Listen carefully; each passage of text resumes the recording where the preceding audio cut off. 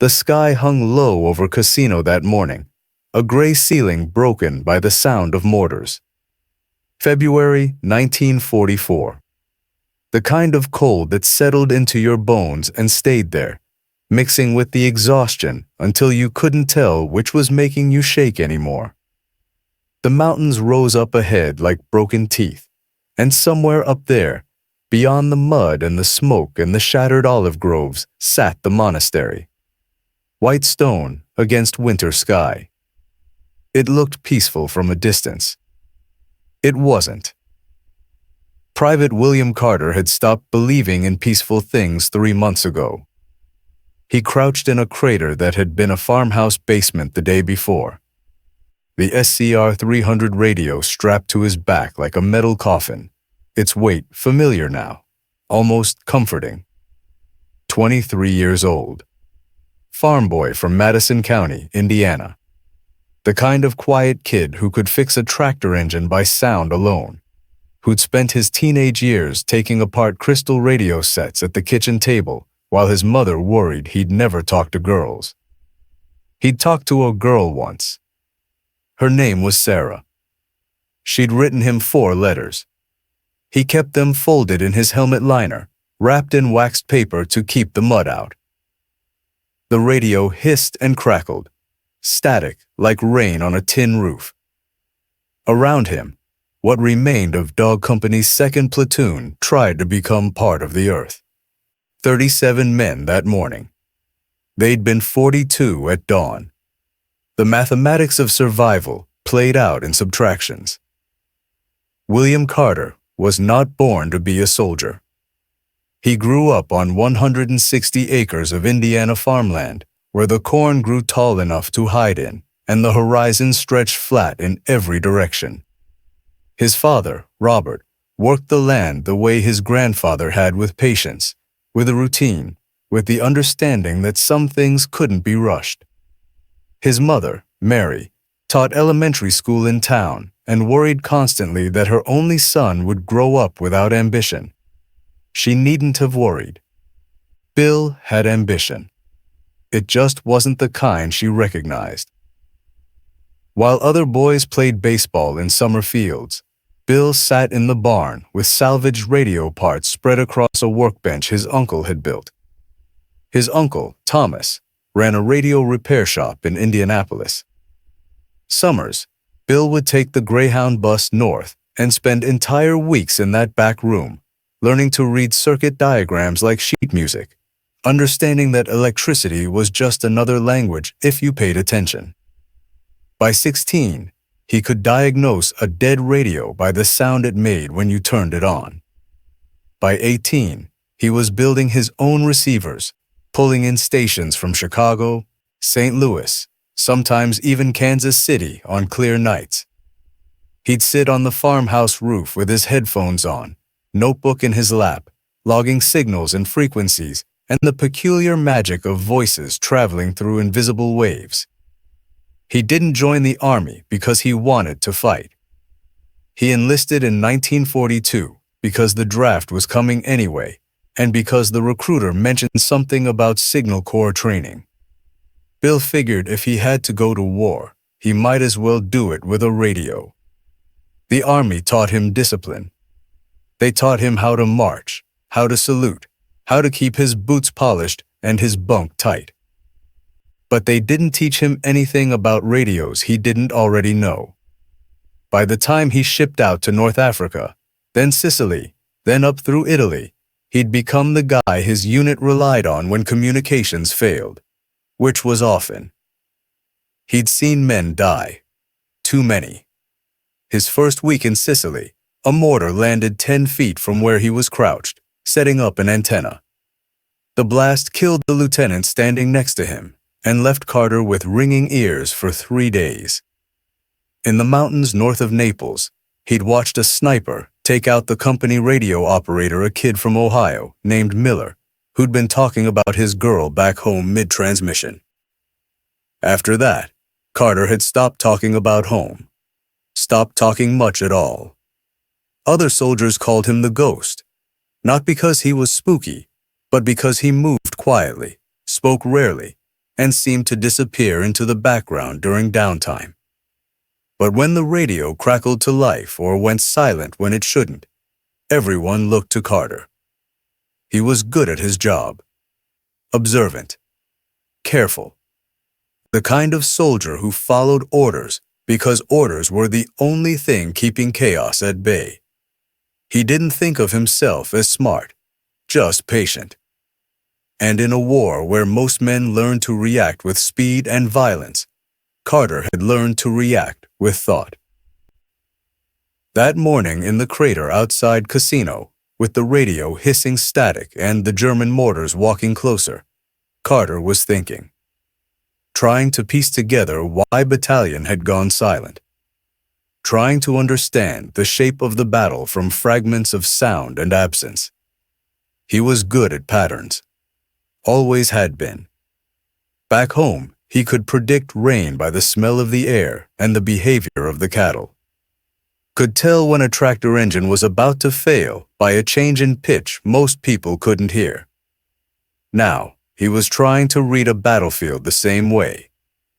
And what he was hearing, or rather, not hearing, told him something had gone terribly wrong. The attack had come at dawn. Not the slow, grinding artillery preparation the Germans usually favored, but something faster. Surgical. Mortar teams appearing in ruins marked as cleared. Machine gun nests opening up from cellars intelligence swore were empty. The kind of coordinated strike that meant the Germans had been watching, learning, waiting for the exact right moment. Dog Company had pulled back hard through the village of San Angelo. Not routed Sergeant Kowalski had kept them organized, kept them moving, but pulled back nonetheless. Now they sat in this crater with no clear route to friendly lines and no way to call for help. Carter cycled through the frequencies slowly. Battalion command. Regiment. The emergency channel. Nothing came back but static. 40 minutes since last contact. Sergeant Kowalski pressed himself against the crater's rim, watching the tree line through field glasses. His jaw worked constantly, chewing nothing.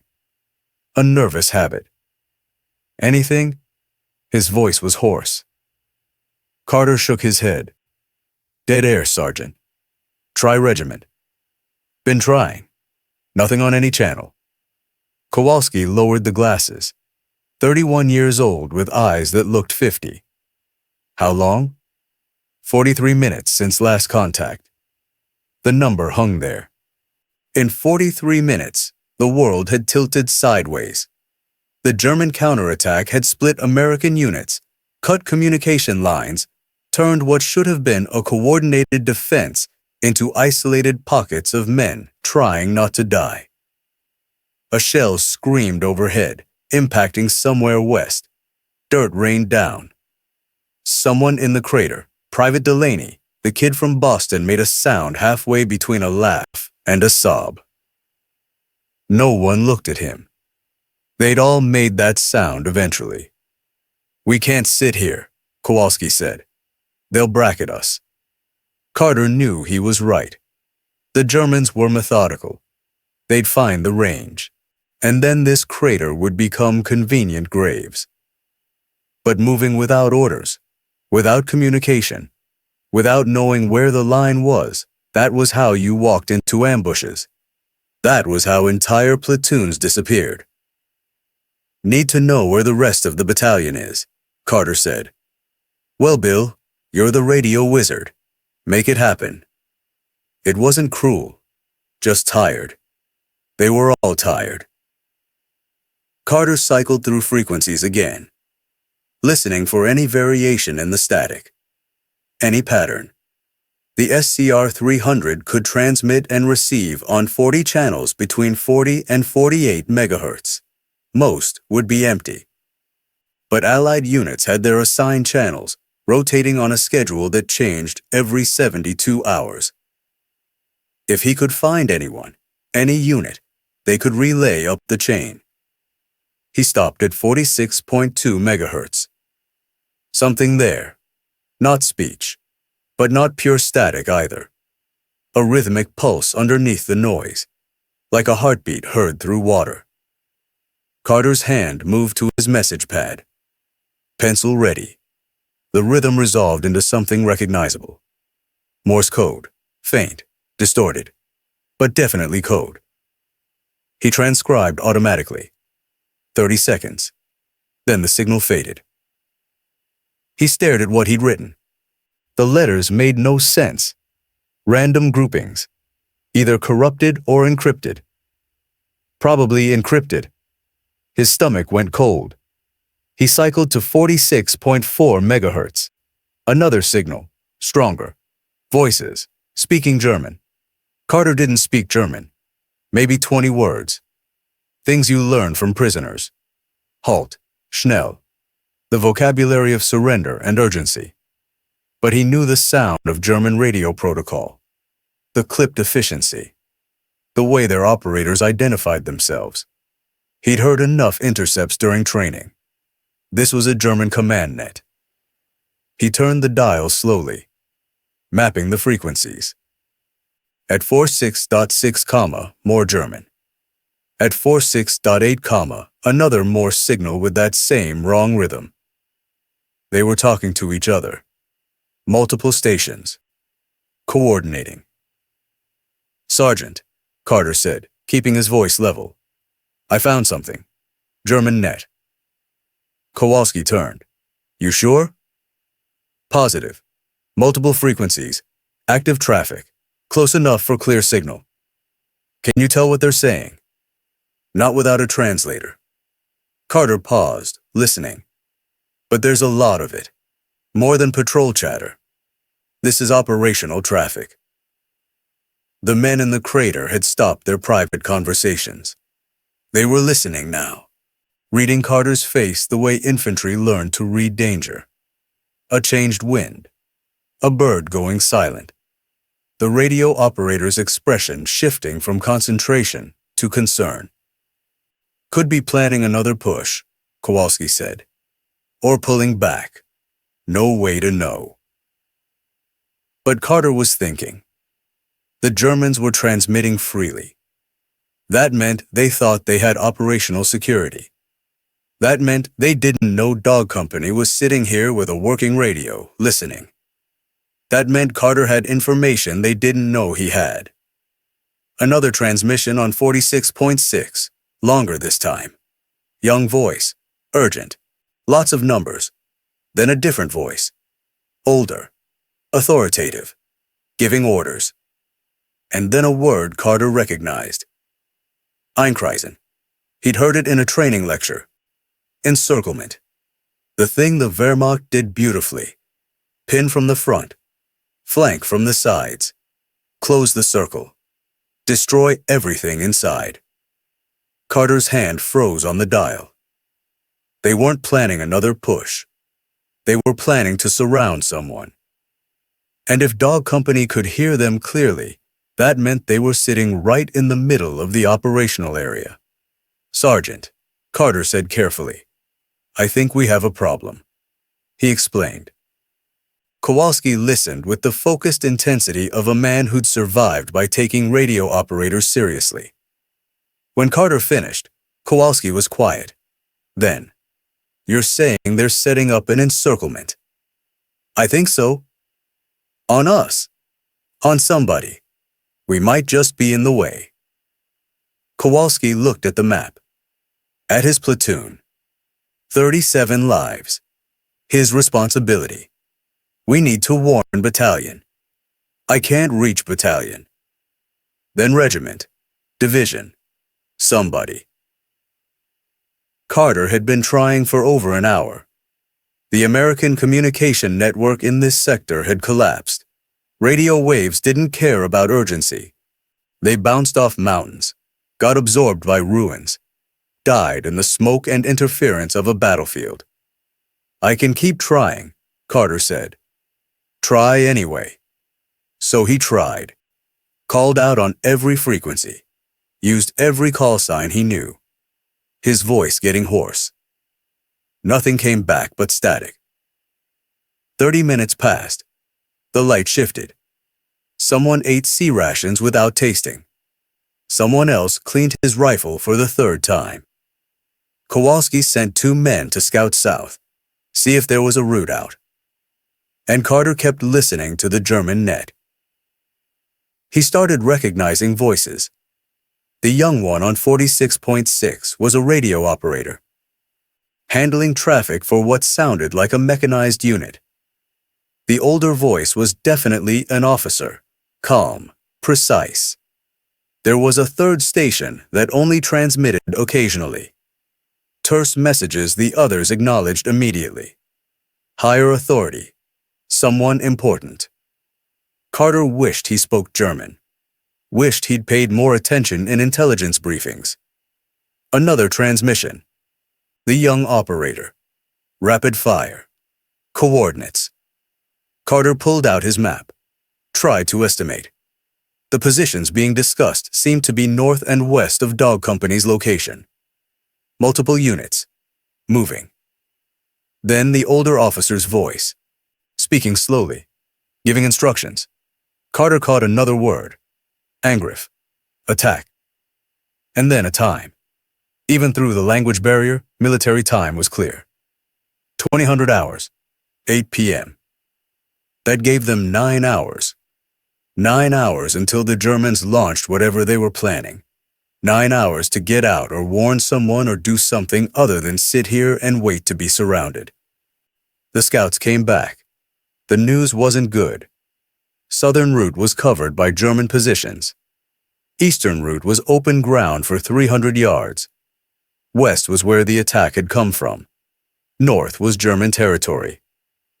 Ooh, they were boxed in. Options, Kowalski said. Wait for dark, Corporal Hayes suggested. Georgia accent, slow speaker, careful thinker. Try to slip through.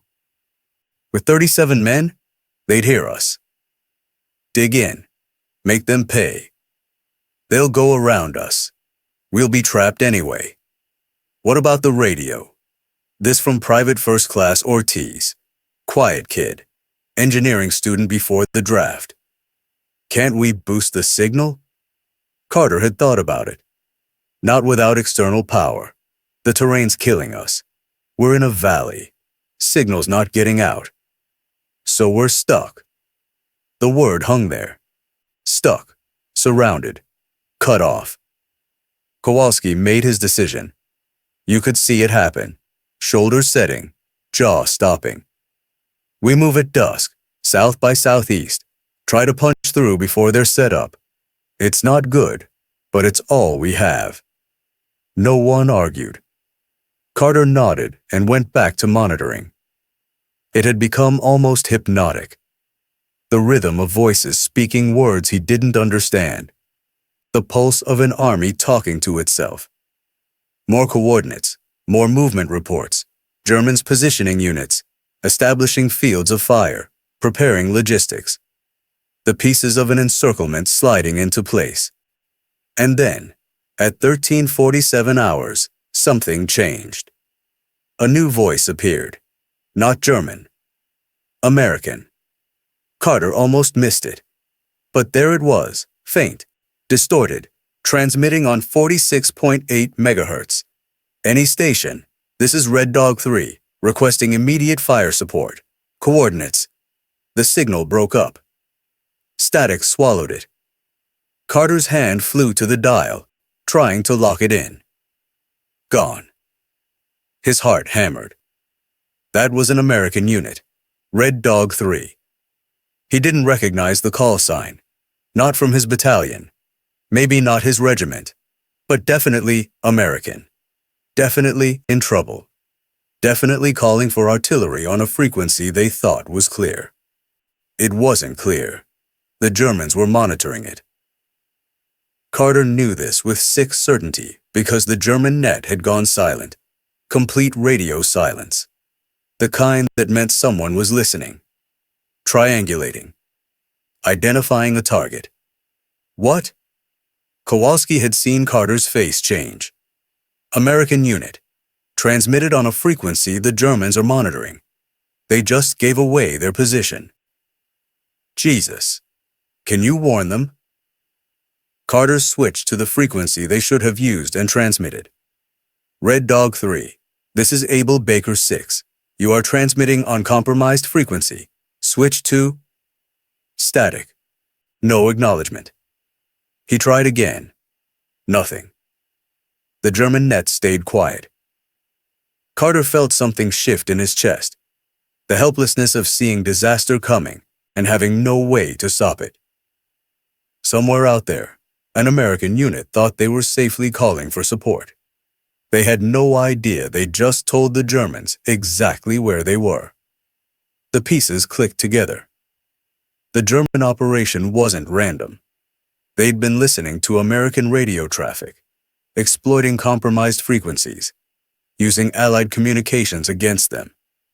That's why Dog Company's command net was dead, not just interference, active German jamming or interception.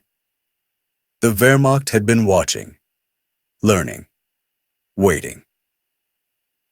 And Carter was sitting in the middle of it with a working radio, listening to both sides, understanding that disaster was about to happen. He stared at the SCR 300, the frequency dial, the push-to-talk button, the antenna extending up like a question mark. An idea formed. Terrible, dangerous, possibly insane.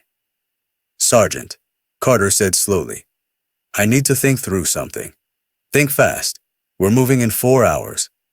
Carter pulled out his message pad, started making notes, call signs, frequencies, the pattern of American radio procedure.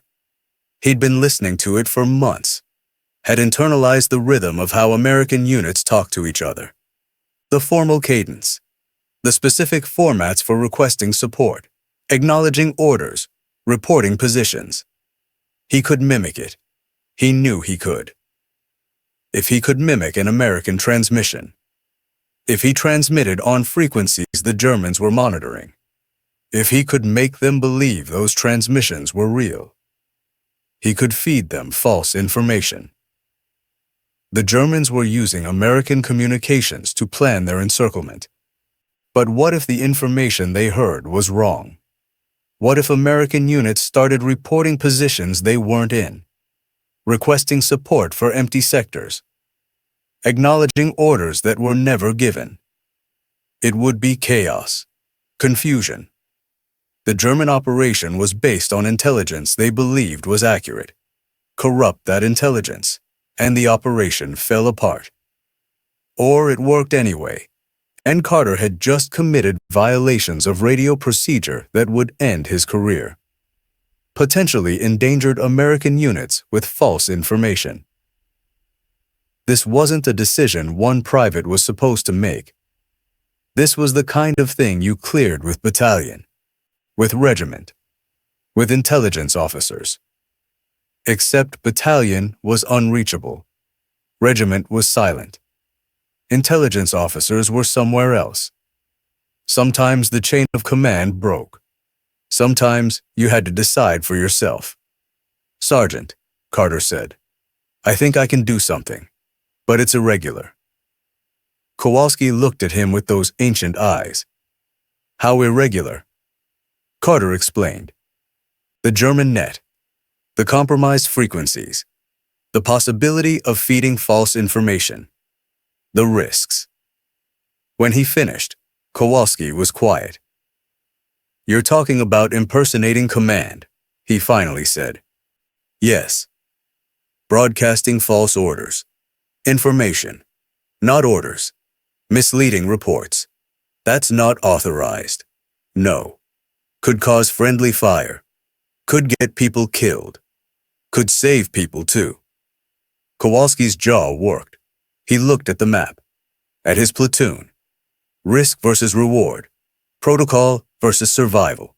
If this goes wrong, Kowalski said, it's my call, not yours. I'm giving the order. Understood? Carter understood. The sergeant was taking responsibility, protecting a private from consequences. Yes, Sergeant. Do it. But Carter. Kowalski's voice went hard. Don't get us killed. I'll try not to. Carter turned back to the radio with hands that wanted to shake but didn't. He cycled to 46.8 megahertz, the frequency where the doomed American unit had transmitted, the frequency he knew the Germans were monitoring. He needed to sound different. Different call sign, different voice pattern. He pitched his voice slightly lower, adopted the clipped efficiency of an officer. He pressed push to talk. Angel 6 to Gambler 5, reporting position Alpha 7 Niner, requesting confirmation of advance order to Sector Baker 2-4, over. Released. Static. His heart hammered. The transmission was nonsense. Angel 6 and Gambler 5 were invented call signs. The coordinates were real, pulled from his map, but described a position 2 miles west of Dog Company's location. The advance order was fiction. But it sounded right. It had the rhythm, the format, the tone. Would the Germans buy it? He waited 30 seconds. Transmitted again. Different call sign. Gambler 5 to Angel 6. Unable to confirm. Request relay through Battalion. Over. Improvised dialogue. Creating a conversation between fictional units. Building a false picture of American positions and movements.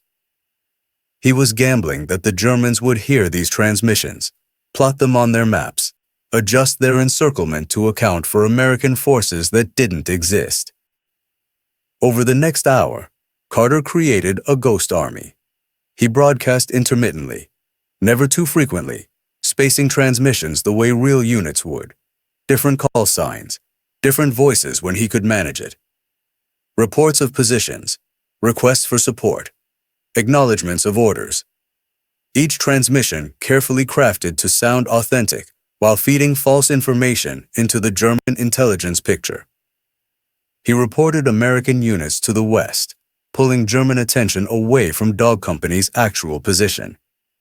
He created fictional movements to the north, suggesting American forces were stronger than they were. He manufactured supply requests that implied artillery positions that didn't exist. It was exhausting.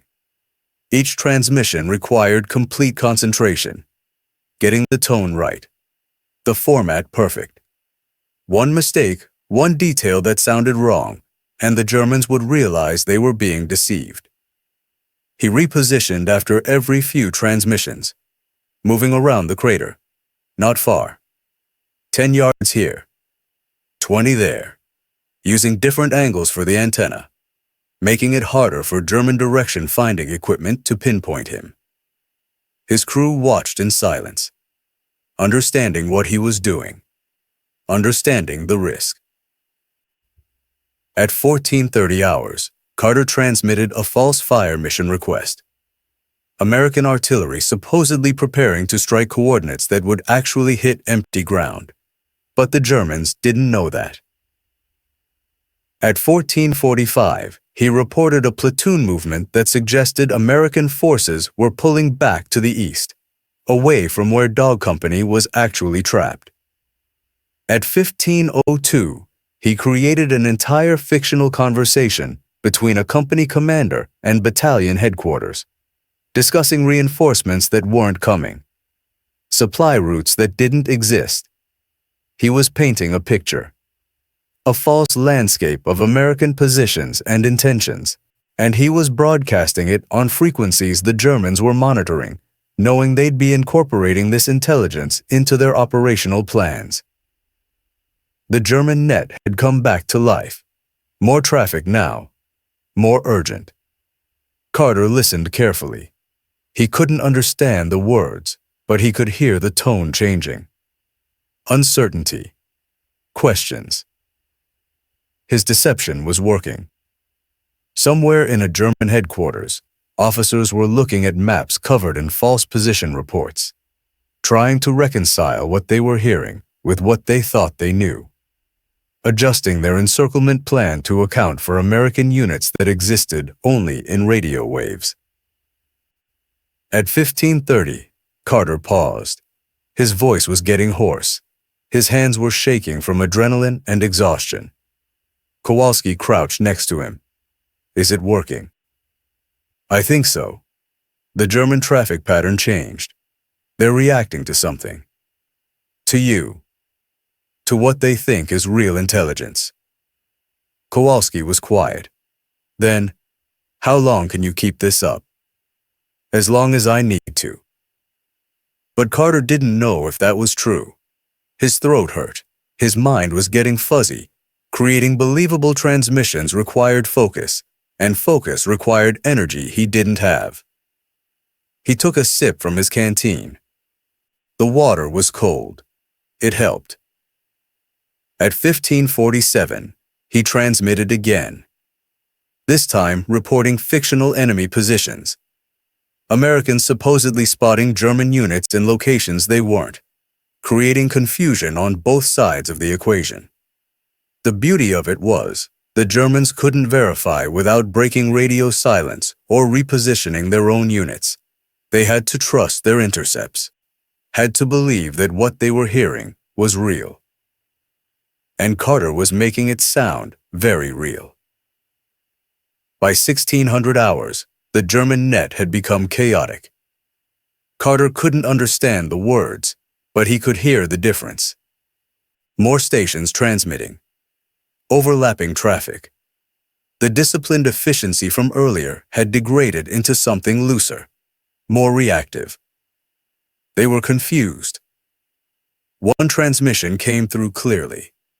A young voice, frustrated, repeating coordinates that didn't match, asking for clarification. Another voice the older officer Carter had heard earlier responded sharply. Command tone, giving instructions.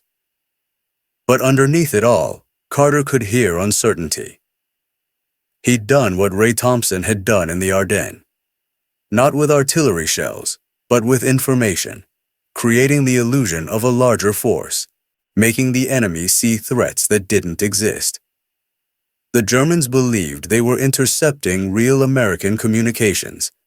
They were adjusting their operation based on that intelligence, moving units, changing positions, preparing for American forces that were nothing but radio waves and Bill Carter's voice. At 16:15, something extraordinary happened. An American unit, not Red Dog 3, someone else transmitted on a clear frequency. Proper protocol, proper call sign. Carter listened.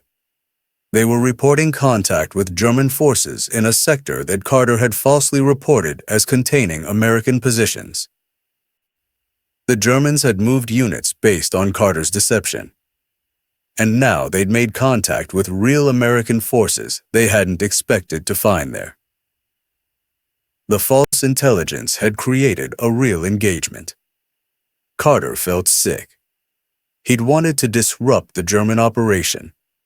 He hadn't meant to redirect them into actual American units. But then, the American transmission continued. They were reporting surprising success. German forces seemed disorganized, not positioned for optimal engagement, confused about American strength. Because they were. The Germans had reorganized based on false intelligence. They'd moved units away from their planned positions, split their concentration, weakened their encirclement. Carter's deception hadn't just created confusion. It had created tactical advantage for American forces who didn't even know they had it. At 16:30, Kowalski called him over. "We're moving soon. You need to wrap this up." Carter nodded, but he transmitted one more time. A final false report. American forces supposedly consolidating in the east, preparing for a counterattack. It was pure fiction. But if the Germans believed it, they'd keep their forces oriented in the wrong direction, away from Dog Company's planned route south. He shut down the radio, disconnected the antenna. His hands were trembling now, not from fear, from exhaustion and adrenaline crash. "Think it worked?" Kowalski asked. Won't know until we try to move. At 1700 hours, as the winter light started failing, Dog Company prepared to move. 37 men, silent, weapons ready. They moved south, through the ruins, through the mud, expecting at any moment to run into German positions. But the positions weren't there.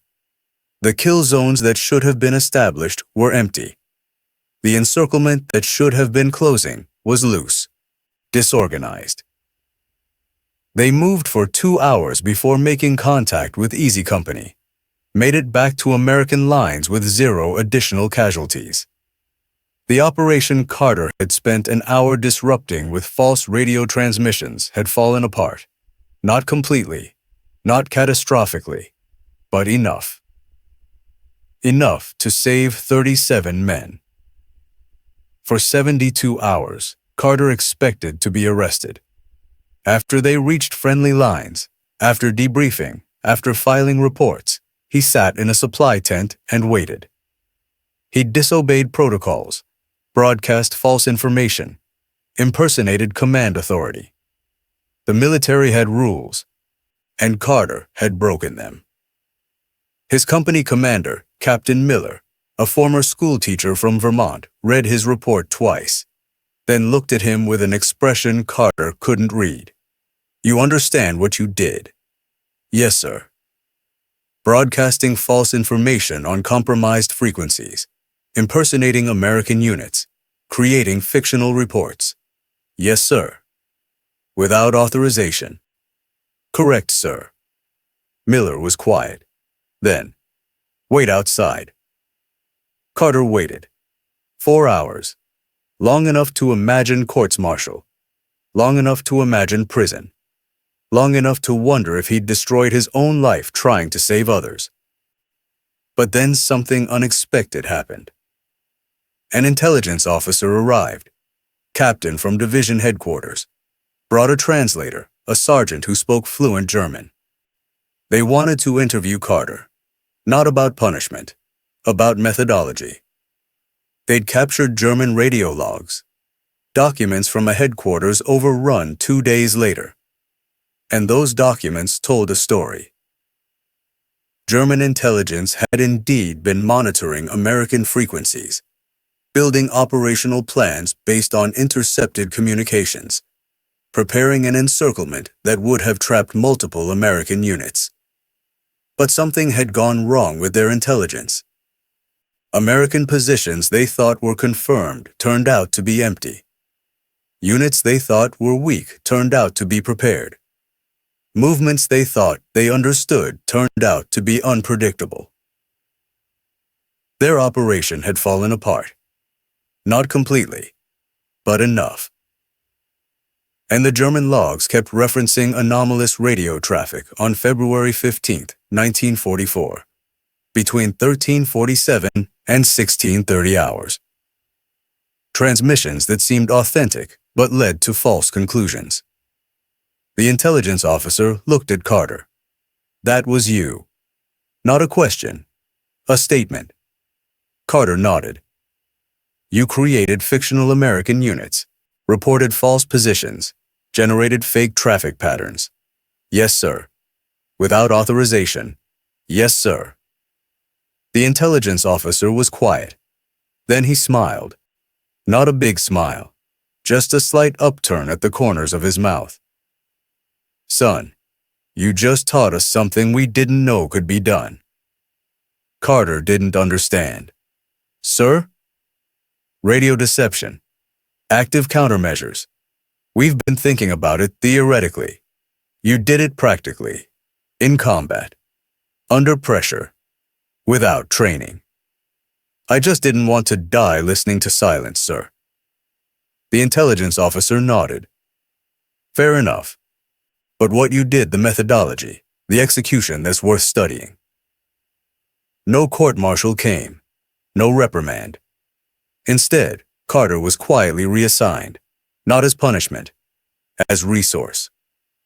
They wanted him to teach other radio operators what he'd done, how to recognize compromised frequencies, how to construct believable false transmissions, how to use radio as a weapon, not just as communication.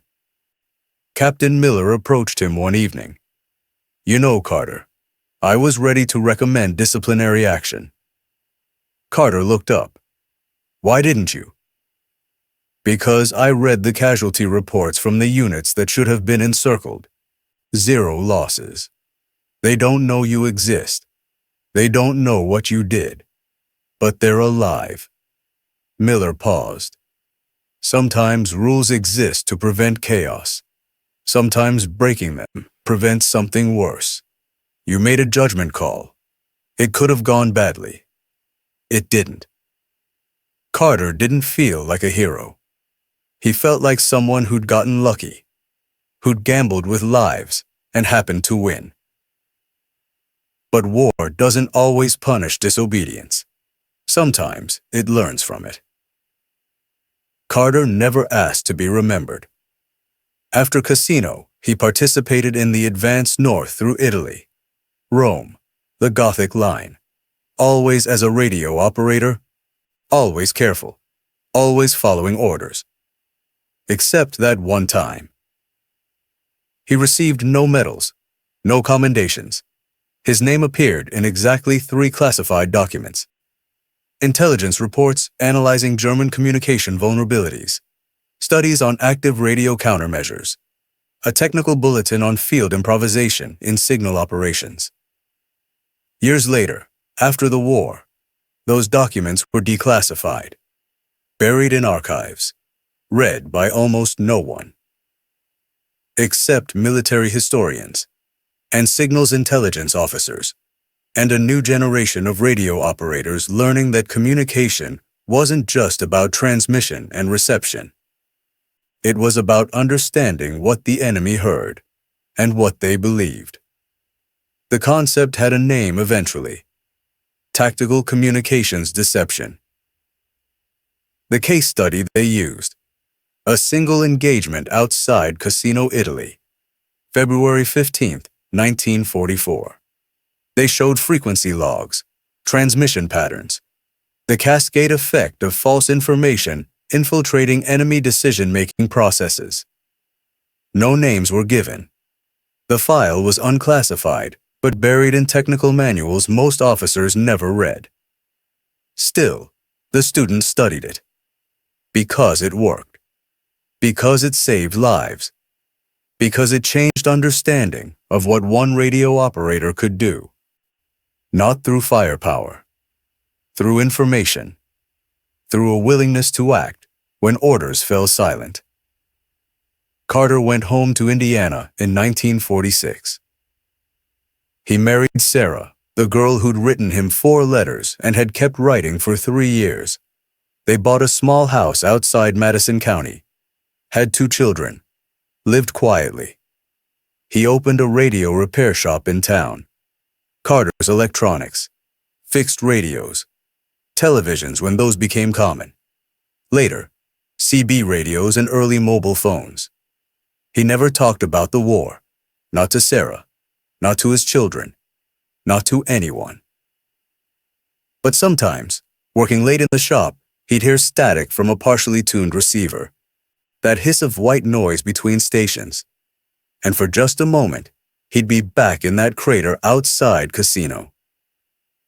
Listening, thinking, deciding. Years later, a military historian tracked him down, wanted to interview him about radio operations in Italy. Carter was 71, still running the shop, still quiet.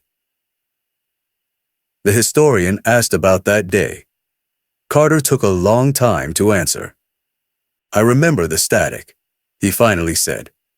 "I remember how it sounded before I started transmitting, like the world was holding its breath." He didn't speak of glory or heroism, just necessity. When asked why he didn't wait for orders, he replied, "Because by the time the radio worked, it would have been too late." Pause. "I didn't break the rules. I just stepped past them for a minute, long enough to do what had to be done." That answer never made it into official history, but it stuck with the historian. And maybe now, with you. Carter died in 2003. Quiet funeral, family. A few old Army buddies who didn't know the full story. A flag presented to Sarah, folded into precise triangles. His shop still stands. Different owner now. But the sign is still there. Carter's Electronics. Faded paint. Weathered wood. Inside, if you look carefully, there's an old photograph on the wall. Black and white. A young man in uniform. SCR 300 radio strapped to his back. Not smiling. Just looking at the camera with careful, observant eyes. Below it, a small plaque. Not official. Put there by Sarah years later. In memory of Bill Carter, who understood that sometimes silence is louder than orders. The official record is sparse. Dog Company, 350 1st Infantry Regiment, February 15, 1944. Withdrew from San Angelo under enemy pressure. Sustained 5 casualties. Rejoined regiment at 1900 hours. That's all it says. It doesn't mention the crater, the German radio net, the ghost army created from radio waves and improvisation. It doesn't mention Private William Carter, age 23, who decided that doing nothing was more dangerous than doing something unauthorized. The German documents tell a different story, but they're in archives in Freiburg, written in a language most Americans don't read, filed under operational failures that the Wehrmacht preferred to forget. They reference communication anomalies, intelligence corruption, unexpected American strength in sectors previously assessed as weak. They don't understand what happened. They just know their operation failed.